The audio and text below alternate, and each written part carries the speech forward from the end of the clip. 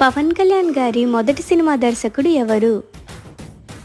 రాఘవేంద్రరావు, ముత్యాల సుబ్బయ్య, ఈవీవి సత్యనారాయణ, కరుణాకరన్.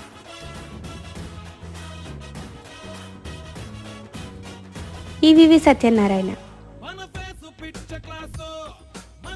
తమ్ముడు cinema tagline ఏమిటి?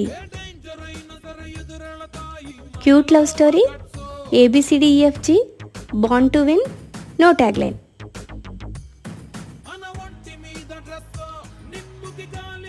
Bond to win. గోకులంలో సీత ఎవరు దర్శకత్వం వహించారు? రాఘవేంద్రరావు, ముత్యాల సుబ్బయ్య, ఈవీవి సత్యనారాయణ, కరుణాకరన్.